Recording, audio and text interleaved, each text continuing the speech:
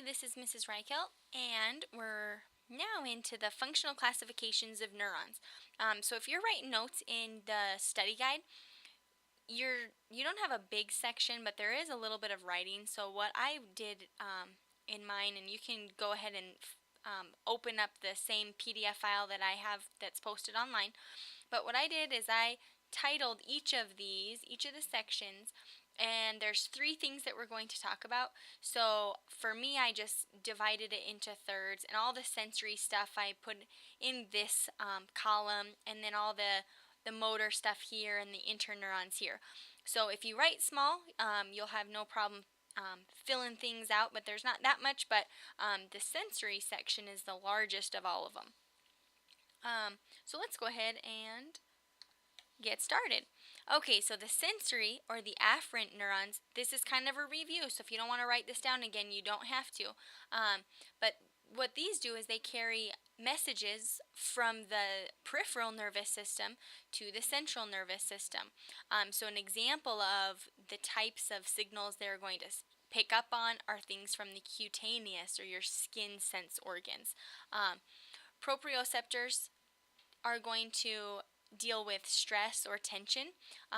So this is going to be things like that are picked up in the tendons, any kind of tension. And then the other part is that the different types of those sensory neurons include free. Free means that free sensors are going to deal with pain and temperature. They're going to sense each of those. The Meissner's corpuscles are going to deal with touch.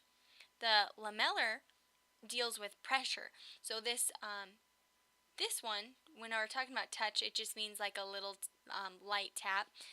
The lamellar deals with pressure. Golgi tendon and muscle spindles deal with muscle tension and tendon tension and that sort of thing. So that's all coming from the sensory side of things.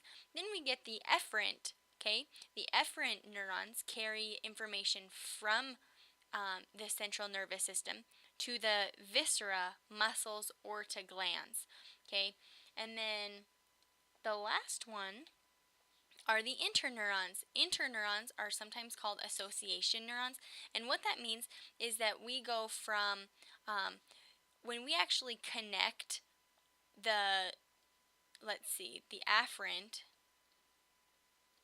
and the efferent pathway.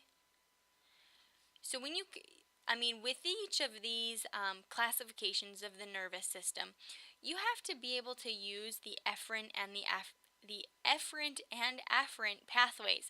So we have these interneurons that sort of act as the bridge between the two.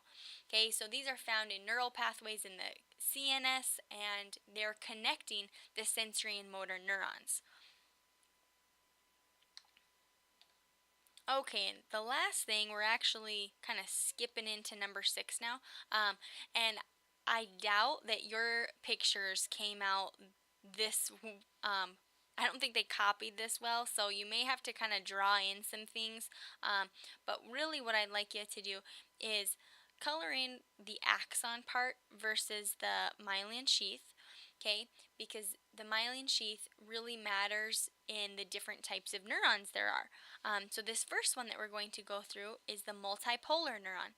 The multipolar neuron means that they have many extensions that are coming out from the cell body.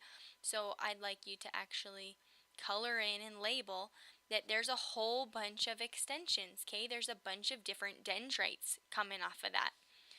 The bipolar, bi meaning two, the bipolar neuron means that you have one axon and one dendrite. Okay, so we have one axon and one dendrite, and these are commonly found in your eyes and in your nose. And then your last one is the unipolar neuron, and this is a short single process that leaves the cell body. So if this is our cell body, we only have one way that this any impulse can go from the cell body to each of the dendrites. Okay, so that wraps up number 5 and 6 in your study guide, and I hope you found that helpful.